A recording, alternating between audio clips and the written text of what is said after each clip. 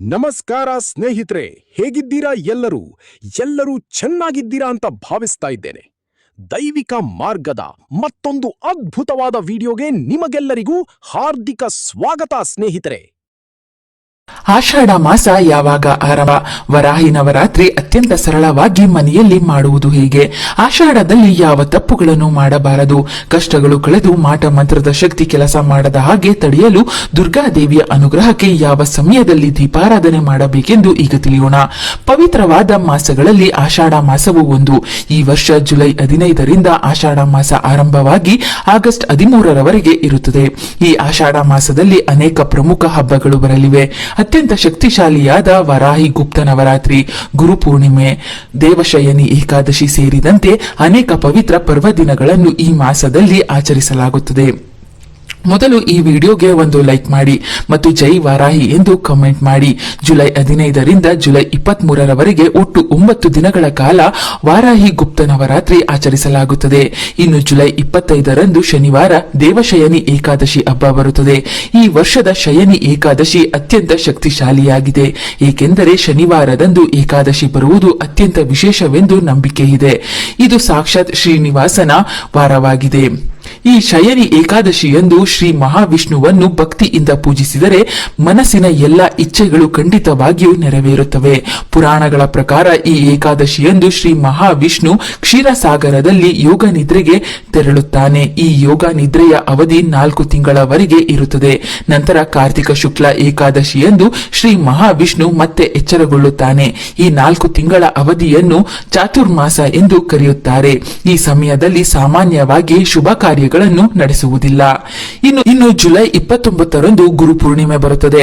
ಅದೇ ರೀತಿ July 15ರಿಂದ July 23ರವರೆಗೆ ನಡೆಯುವ ವರಾಹಿ ಗುಪ್ತ ನವರಾತ್ರಿಯ 9 ದಿನಗಳ ಕಾಲ ವರಾಹಿ ಅಮ್ಮನವರನ್ನು ಭಕ್ತಿಯಿಂದ ಪೂಜಿಸಿದರೆ ನಿಮ್ಮ ಎಲ್ಲಾ ಕಷ್ಟಗಳು ದೂರವಾಗಿ ನೀವು ಬಯಸಿದ ಎಲ್ಲಾ ಕೋರಿಕೆಗಳು ಶೀಘ್ರದಲ್ಲೇ ನೆರವೇರುತ್ತವೆ. ಅಷ್ಟೊಂದು ಅಪಾರ ಶಕ್ತಿ ವರಾಹಿ ಅಮ್ಮನವರಿಗೆ ಇದೆ.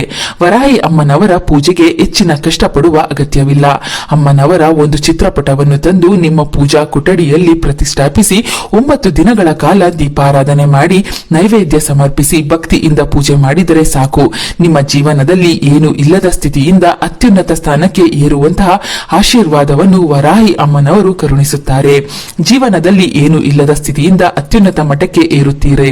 ಆದ್ದರಿಂದ ಈ ಶಕ್ತಿಶಾಲಿಯಾದ ವರಾಹಿ ಗುಪ್ತ ನವರಾತ್ರಿಯನ್ನು ಯಾವುದೇ ಕಾರಣಕ್ಕೂ ತಪ್ಪಿಸಿಕೊಳ್ಳಬೇಡಿ. ಈ ನವರಾತ್ರಿಯಲ್ಲಿ ತಪ್ಪದೆ ಸುವರ್ಣ ಗೆಡ್ಡೆಯ ದೀಪ ಹಚ್ಚಬೇಕು.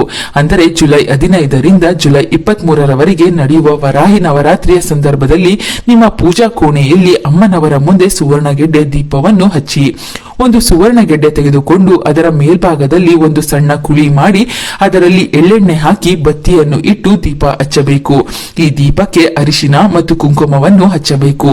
ದೀಪ ಹಚ್ಚಿದ ನಂತರ ಓಂ ವರಾಹಿ ದೇವತಾಯಿ ನಮೋ ನಮಃ ಎಂದು ಮನಸ್ಸಿನಲ್ಲಿ ಜಪಿಸಬೇಕು. ನಂತರ ಆ ಸುವರ್ಣಗೆಡ್ಡೆಯನ್ನು ಗೋಮಾತೆಗೆ ತಿನ್ನಿಸಬೇಕು. ಅದೇ ರೀತಿ ಈ ಆಷಾಢ ಮಾಸದಲ್ಲಿ ಮಾಡುವ ಪೂಜೆಗಳು ಮತ್ತು ವ್ರತಗಳಿಗೆ ಅಪಾರ ಶಕ್ತಿ ಇರುತ್ತದೆ. ಆದ್ದರಿಂದ ಯಾರು 7 ಶನಿವಾರಗಳ ವ್ರತ ಮಾಡಲು ಬಯಸುತ್ತೀರೋ ಅವರು ಈ ಆಷಾಢ ಮಾಸದಲ್ಲಿಯೇ 7 ಶನಿವಾರಗಳ ವ್ರತವನ್ನು ಆರಂಭಿಸಿದರೆ ಇನ್ನು ಉತ್ತಮ. ಇದರಿಂದ ವೆಂಕಟೇಶ್ವರ ಸ್ವಾಮಿಯ ಅಪಾರ ಅನುಗ್ರಹ ದೊರೆತು ಬಡತನ ದೂರವಾಗುತ್ತದೆ. ಆಷಾಢ ಮಾಸವು ವೆಂಕಟೇಶ್ವರ ಸ್ವಾಮಿಗೆ ಅತ್ಯಂತ ಪ್ರಿಯವಾದ ಮಾಸ ಎಂದು ಪುರಾಣಗಳಲ್ಲಿ ಹೇಳಲಾಗಿದೆ. ಈ ಆಷಾಢ ಮಾಸದಲ್ಲಿ ಮಾಡುವ ಪೂಜೆಗಳು ಮತ್ತು ವ್ರತಗಳು ಅತ್ಯಂತ ಶ್ರೇಷ್ಠವಾದವು. ಆದರೆ ಶುಭ ಕಾರ್ಯಗಳನ್ನು ಮಾತ್ರ ಯಾವುದೇ ಕಾರಣಕ್ಕೂ ಮಾಡಬಾರದು. ವಿಶೇಷವಾಗಿ ವಿವಾಹ, ನಿಶ್ಚಿತಾರ್ಥ, ಗೃಹ ನಿರ್ಮಾಣದ ಶುಭಾರಂಭ, ಗೃಹ ಪ್ರವೇಶ, ಹೊಸ ವಾಹನ ಖರೀದಿ ಹಾಗೂ ಹೊಸ ವ್ಯವಹಾರ ಆರಂಭಿಸುವುದನ್ನು ತಪ್ಪಿಸಬೇಕು. ಈ ಆಷಾಢ ಮಾಸದಲ್ಲಿ ಮನೆಯಲ್ಲಿರುವ ಎಲ್ಲ ಹೆಣ್ಣು ಮಕ್ಕಳು ತಪ್ಪದೆ ಗೋರಂಟಿ ಅಂದರೆ ಮೆಹಂದಿ ಹಾಕಿಕೊಳ್ಳಬೇಕು. ಮದುವೆಯಾಗದ ಯುವತಿಯರು ಈ ಮಾಸದಲ್ಲಿ ಗೋರಂಟಿ ಹಾಕಿಕೊಂಡರೆ ಅವರ ಮನಸ್ಸನ್ನು ಅರ್ಥ ಮಾಡಿಕೊಳ್ಳುವ ಒಳ್ಳೆಯವರ ದೊರೆಯುತ್ತಾನೆ ಎಂಬ ನಂಬಿಕೆ ಇದೆ. ಮದುವೆಯಾದ ಮಹಿಳೆಯರು ಗೋರಂಟಿ ಹಾಕಿಕೊಂಡರೆ ದೀರ್ಘ ಸುಮಂಗಲಿ ತತ್ವದ ಆಶೀರ್ವಾದ ದೊರೆಯುತ್ತದೆ ಎಂದು ಹೇಳಲಾಗುತ್ತದೆ. ವೈಜ್ಞಾನಿಕ ದೃಷ್ಟಿಯಿಂದಲೂ ನೋಡಿದರೆ ಆಷಾಢ ಮಾಸದಲ್ಲಿ ಗೋರಂಟಿ ಹಾಕುವುದರಿಂದ ದೇಹದ ಉಷ್ಣ ಖಿನ್ನತೆ ಕಡಿಮೆಯಾಗುತ್ತದೆ.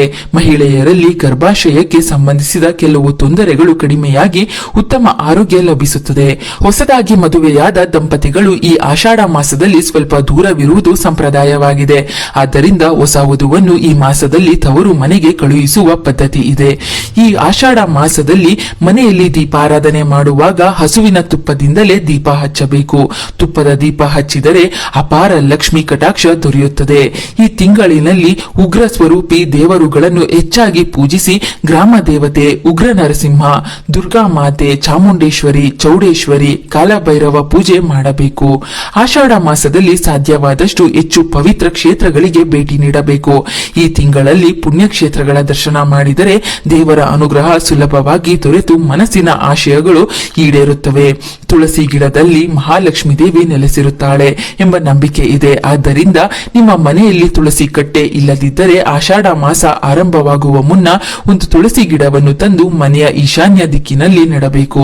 ಈ ಮಾಸದಲ್ಲಿ ಪ್ರತಿಯೊಬ್ಬರು ತುಳಸಿಯನ್ನು ಪೂಜಿಸಬೇಕು. ತುಳಸಿ ಕಟ್ಟೆಯ ಬಳಿ ದೀಪ ಹಚ್ಚಿ ಪ್ರದಕ್ಷಿಣೆ ಮಾಡಿದರೆ ಮನೆಯ ಐಶ್ವರ್ಯ ಹೆಚ್ಚುತ್ತದೆ. ಈ ಆಷಾಢ ಮಾಸವು ಪರಮಶಿವನಿಗೂ ಅತ್ಯಂತ ಪ್ರಿಯವಾದ ಮಾಸವಾಗಿದೆ. ಆದ್ದರಿಂದ ಆಷಾಢ ಮಾಸದಲ್ಲಿ ಬರುವ ಬುಧವಾರ ಶಿವಾಲಯಕ್ಕೆ ಹೋಗಿ ಶಿವನಿಗೆ ಅಭಿಷೇಕ ಮಾಡಿದರೆ ಕುಟುಂಬಕ್ಕೆ ಶುಭ ಹಾಗೂ ಭಾಗ್ಯ ಲಭಿಸುತ್ತದೆ. ಆಷಾಢ ಮಾಸದ ಮೊದಲ ದಿನ ಮನೆಯ ಬಾಗಿಲಿಗೆ ಬೇವಿನ ಎಲೆಗಳ ತೋರಣ ಕಟ್ಟಬೇಕು ಹಾಗೂ ಮನೆಯೆಲ್ಲೆಡೆ ಪವಿತ್ರ ನೀರನ್ನು ಸಿಂಪಡಿಸಬೇಕು. ಇದರಿಂದ ಮನೆಯ ಮೇಲಿರುವ ದೃಷ್ಟಿ ದೋಷಗಳು ನಿವಾರಣೆಯಾಗುತ್ತವೆ. ಈ ಆಷಾಢ ಮಾಸದ ಪೂರ್ತಿ ತಿಂಗಳು ಮನೆಯ ಉತ್ತರ ದಿಕ್ಕಿನಲ್ಲಿ ಉಪ್ಪನ್ನು ಒಂದು ಬಟ್ಟೆಯಲ್ಲಿ ಕಟ್ಟಿ ಇಡಬೇಕು. ವಾರಕ್ಕೊಮ್ಮೆ ಆ ಉಪ್ಪನ್ನು ಬದಲಾಯಿಸಬೇಕು. ಹೀಗೆ ಮಾಡಿದರೆ ಸಾಲ ಬಾಧೆಗಳು ಕಡಿಮೆಯಾಗುತ್ತವೆ ಎಂಬ ನಂಬಿಕೆ ಇದೆ. ಈ ಆಷಾಢ ಮಾಸದಲ್ಲಿ ಬರುವ ಪ್ರತಿಯೊಂದು ಶುಕ್ರವಾರ ಮತ್ತು ಶನಿವಾರ ಅತ್ಯಂತ ಶಕ್ತಿಯುತವಾದ ದಿನಗಳು. ಆದ್ದರಿಂದ ಪ್ರತಿ ಶುಕ್ರವಾರ ಮಹಾಲಕ್ಷ್ಮಿ ದೇವಿಯನ್ನು, ಪ್ರತಿ ಶನಿವಾರ ಶ್ರೀ ವೆಂಕಟೇಶ್ವರ ಸ್ವಾಮಿಯನ್ನು ಪೂಜಿಸಬೇಕು. ಈ ಆಷಾಢ ಮಾಸದಲ್ಲಿ ಬೇರೆ ಏನನ್ನಾದರೂ ಮಾಡದಿದ್ದರೂ ನಿಮ್ಮ ಗ್ರಾಮ ದೇವತೆಯನ್ನು ತಪ್ಪದೆ ಪೂಜಿಸಬೇಕು. ದೇವಿಗೆ ರಾಹು ಕಾಲದಲ್ಲಿ ನಿಂಬೆಹಣ್ಣಿನ ದೀಪ ಹಚ್ಚಿ ನಿಂಬೆಹಣ್ಣಿನ ಮಾಲೆಯನ್ನು ಅರ್ಪಿಸಿದರೆ ಶತ್ರು ಬಾಧೆಗಳು ಕಳೆಯುತ್ತದೆ. ಯಾರು ಏನೇ ದುಷ್ಟ ಶಕ್ತಿಗಳ ಪ್ರಯೋಗ ಮಾಡಿಸಿದರೂ ನಿಮಗೆ ತಾಕುವುದಿಲ್ಲ. ಗ್ರಾಮ ದೇವತೆಯ ಅನುಗ್ರಹ ಇದ್ದರೆ ಮನೆ ಸಂಪತ್ತು ಮತ್ತು ಸಮೃದ್ಧಿಯಿಂದ ತುಂಬಿರುತ್ತದೆ.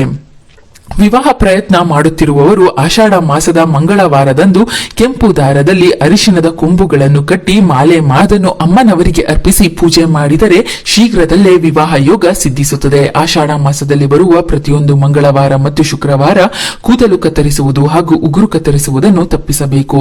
ಈ ಆಷಾಢ ಮಾಸದಲ್ಲಿ ಸಾಧ್ಯವಾದರೆ ಯಾರಿಗಾದರೂ ಉಪ್ಪನ್ನು ದಾನ ಮಾಡಬೇಕು. ಉಪ್ಪಿನ ದಾನ ಮಾಡಿದರೆ ದಾರಿದ್ರ್ಯ ನಿವಾರಣೆಯಾಗಿ ಮಹಾಲಕ್ಷ್ಮಿಯ ಕಟಾಕ್ಷ ದೊರೆಯುತ್ತದೆ ಎಂದು ನಂಬಲಾಗಿದೆ.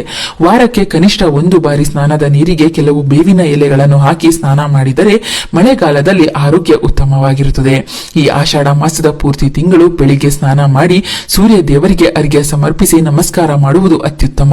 ಈ ಮಾಸದಲ್ಲಿ ಮಳೆಯ ಪ್ರಮಾಣ ಹೆಚ್ಚಾಗಿರುವುದರಿಂದ ಆರೋಗ್ಯದ ಬಗ್ಗೆ ವಿಶೇಷ ಕಾಳಜಿ ವಹಿಸಬೇಕು.